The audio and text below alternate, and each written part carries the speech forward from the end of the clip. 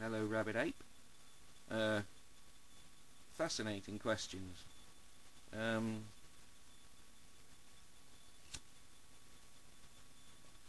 Before I get on to the questions themselves, a brief history of the universe in a couple of sentences. The Big Bang happens. There's only hydrogen and helium, pretty much, at that point. No planets, just gas. The hydrogen and helium collapse to form stars. Remember, these are the first stars, and there are still no planets, just stars. The heavy elements that make the planets couldn't have existed early on because there was only hydrogen and helium. The first supermassive stars explode and throw out the heavy elements that they've made inside the star, and the next generation of stars, which are formed from those remnants, could have planets. There's a lot of the Earth, obviously, because the Earth is here, then the Sun is not the first generation star. It's not old enough, and also there are planets here, so the solar system was formed from another star. So the Sun is at least a second generation star, possibly a third generation star. So until there were planets, there couldn't have been any feasible life, and a lot of people have proposed that it took another stage of enriching the universe with heavy elements for life to come around. So they think that life might, should we say that third generation stars might have a higher predisposition towards life than second generation stars. I have read it somewhere that we got here just about as soon as we can.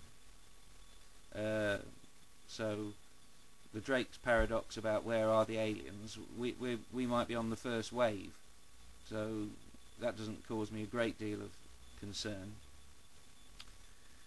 Now, panspermia, technical pros and cons. Could we do it?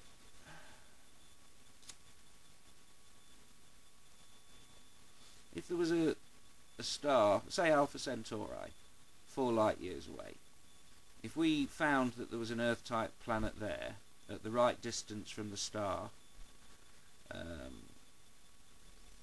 have life, and it didn't have life, then I think we could launch a probe there with some very simple organisms to try and give it a kickstart. Whether that would work or not is highly debatable.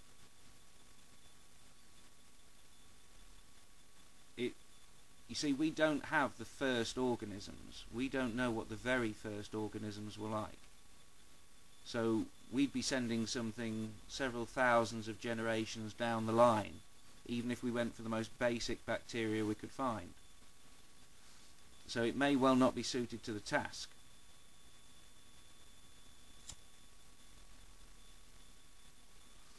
Also, if we just sent fish, they'd just die. There wouldn't be anything for them to eat. You'd almost have to send a packaged, what's the word, not biosphere, ecosphere. You'd almost have to have a very basic ecosphere, several different organisms which are interdependent, and fire them there.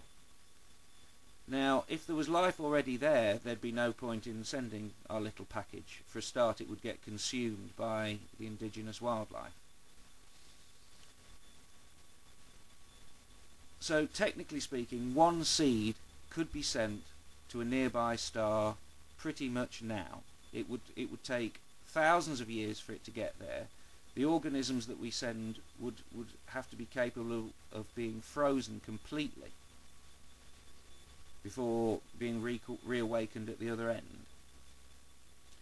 So technically speaking, it probably could be done now, but it would take many, many tens of thousands of years to get there, although I don't think we're really worried about a speed limit, so I'm not worried about getting to the speed of light with these packages. They can take their time. Now, what else we got?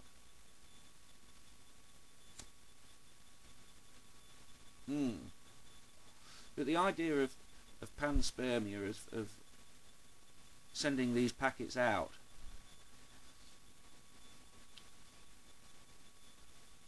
there's many technical difficulties with trying to create a machine which would essentially be an autonomous Earth-type planet hunting machine.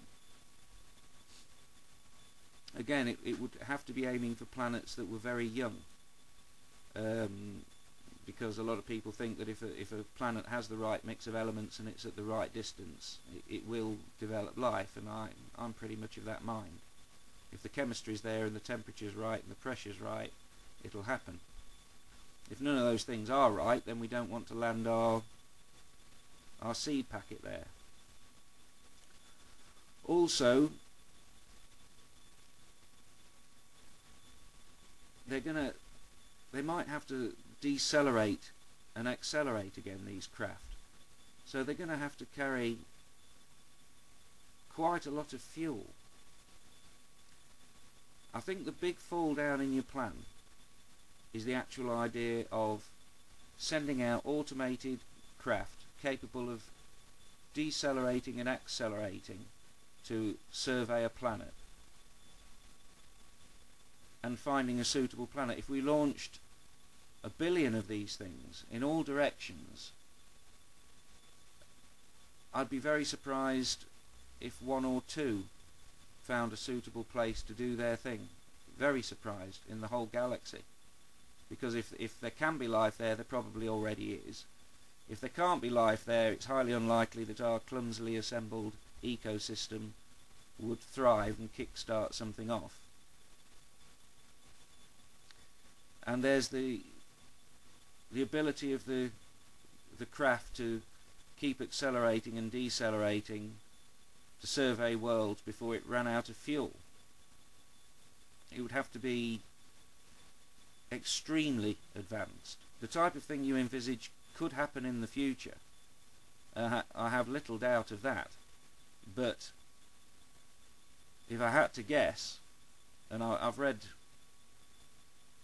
quite a few books on this and related subjects,